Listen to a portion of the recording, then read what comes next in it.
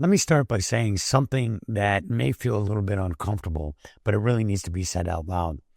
Golfers all over the world are frustrated. And for the first time in my life, I don't just understand that frustration, I actually feel it. Not intellectually, not academically, but kind of like in my gut. And when that understanding finally crystallized for me, it didn't feel like a breakthrough. It honestly felt like somebody just punched me right in the chest because it forced me to confront something that was very hard for me to accept. Millions of golfers have been trying, and I mean honestly trying, without fail, but they were never told the whole truth. That realization humbled me in a way that I didn't expect. It made me replay, it made me replay conversations, past lessons, practice sessions, moments where golfers looked at me and said, Chris, I don't understand why this won't work. I'm doing exactly what I'm told.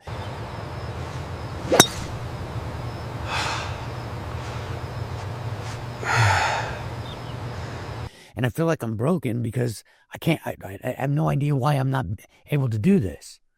And for the first time, I realized how heavy of a sentence that really was.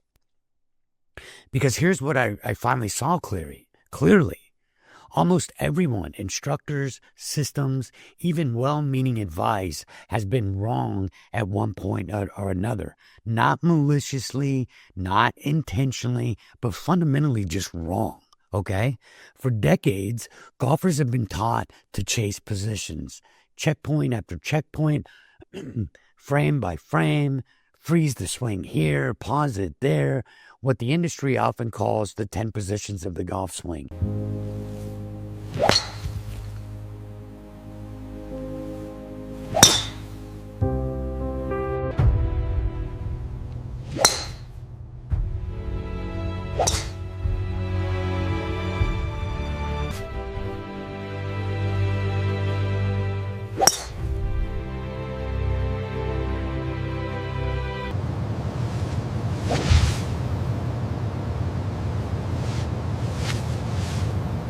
You know them. I know them. The takeaway, halfway back, top of the backswing, transition, pre-impact, impact, release, finish. Okay? They're everywhere. Books, videos, launch monitor screens, slow motion breakdowns, and on the surface, it all looks logical. It looks clean. It looks orderly. It looks scientific. Okay. And that's what's really screwed up. But here's the question that almost never gets asked.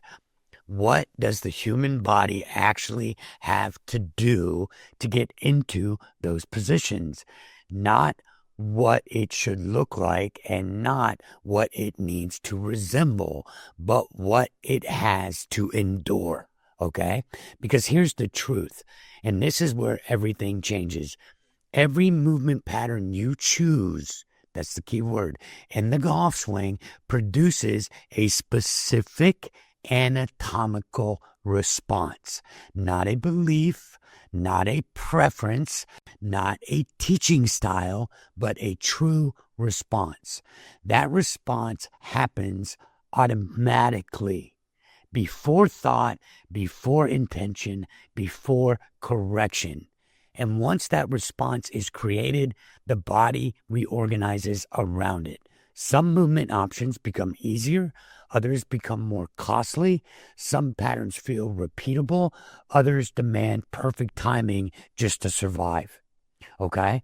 This is why so many golfers do exactly what they're told. They take lessons, they buy training aids, they grind on the range.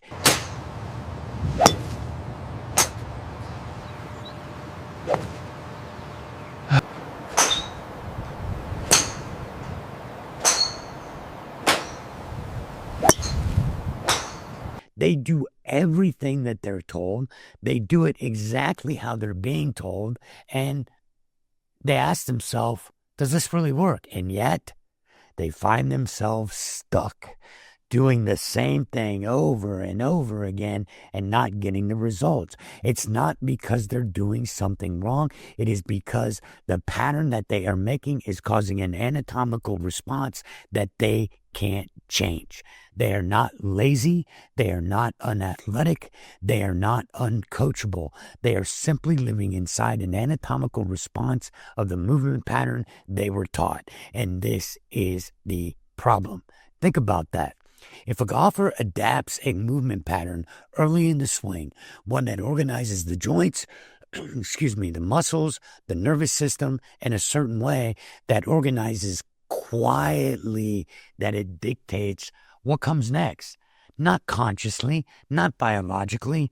You can't out-try your anatomy. You can't will your joints into cooperation, and you can't expect the body to behave the same way after you've already asked it to solve a different problem.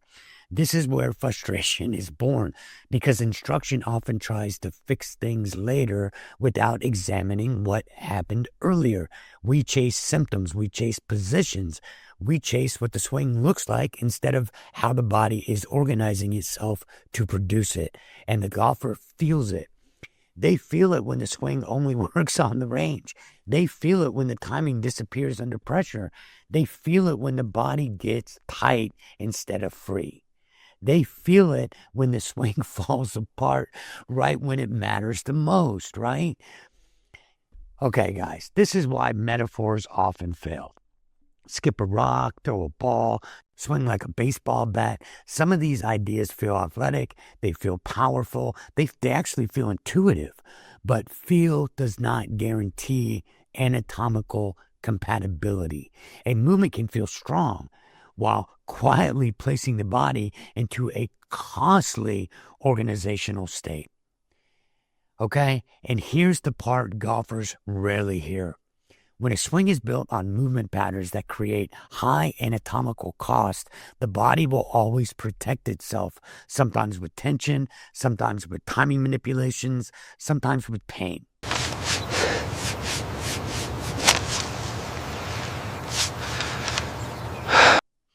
This is why injuries get normalized: sore backs, achy hips, wrists that never quite feel right. Golfers are told it's just part of the game. It isn't. It's actually feedback. Your body is giving you feedback. Please understand that. Now, let me be very clear about something. This is not an attack on the golf industry. The industry is full of passionate people like me, coaches who care like me, teachers who really want to help like me, systems built with great and good intentions. But good intentions don't automatically equal correct understanding for everybody. For a long time, instruction has focused on what the swing should look like without fully understanding how the human body must organize itself to make that look sustainable. Okay? Now, history gives us an important clue here. Ben Hogan didn't succeed because he memorized positions. He didn't succeed because he followed a checklist. He succeeded because through necessity, experimentation, and relentless work, he discovered a movement pattern that produced a highly efficient anatomical response for him. Okay?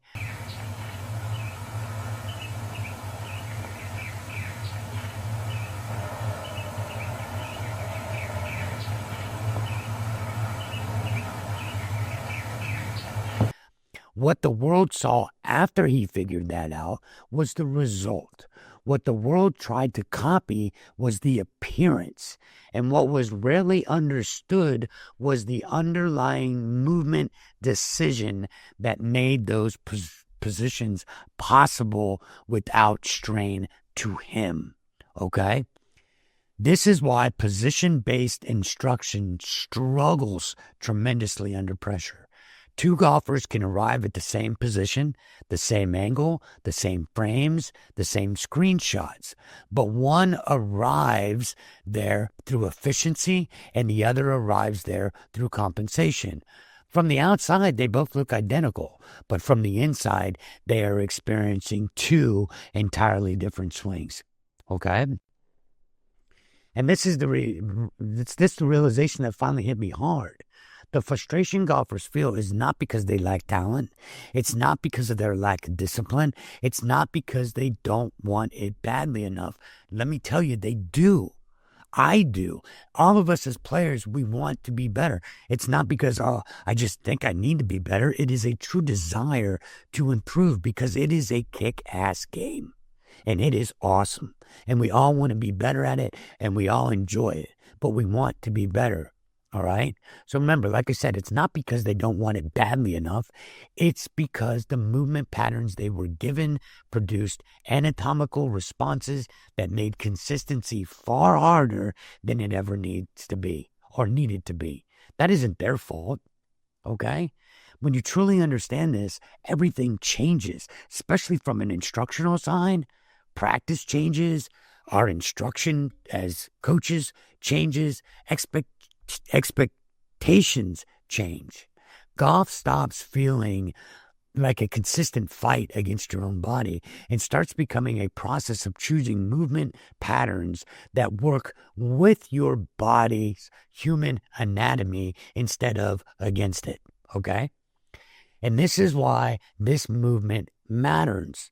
Because when you stop building swings on movement patterns that carry unnecessary anatomical cost, when you stop asking the body to pay a price it doesn't need to pay, and you start aligning instruction with how human beings actually move and what those responses and consequences are in the golf swing, the game truly opens up. Golfers stay longer. They improve faster. They stop blaming themselves. They stop getting mad at instruction. They stop quitting the game. Okay? For the longest time, the PGA has tried to figure out, how do we grow this game? Well, I'm telling you right now, this is how you do it. Not with marketing, not with hype, but by finally respecting the body and teaching people that in order to swing a club, you have to understand the movement patterns that will produce anatomical responses. And when those anatomical responses are produced, then you can make the changes necessary so that you can see which best movement pattern is best for your golf swing. Okay? And what's coming up next in the future videos that I'm fixing to make, they're not drills, guy. It's going to be a correction at a level of movement itself. And when you see these videos, you will finally start to understand so many things, and they will finally make sense, because I'm going to show you the movement patterns. I'm going to show you the movement patterns of Hogan's swing, of the modern swing, and why each of those produce extremely different outcomes. And the truth is, after you experience these lessons that I'm fixing to put forth, you will never struggle with your own swing again. And this is truly, my friends, why everything in your golf swing and your game is truly about to change. It's inevitable. All right, my friends, I'll see you in the next video.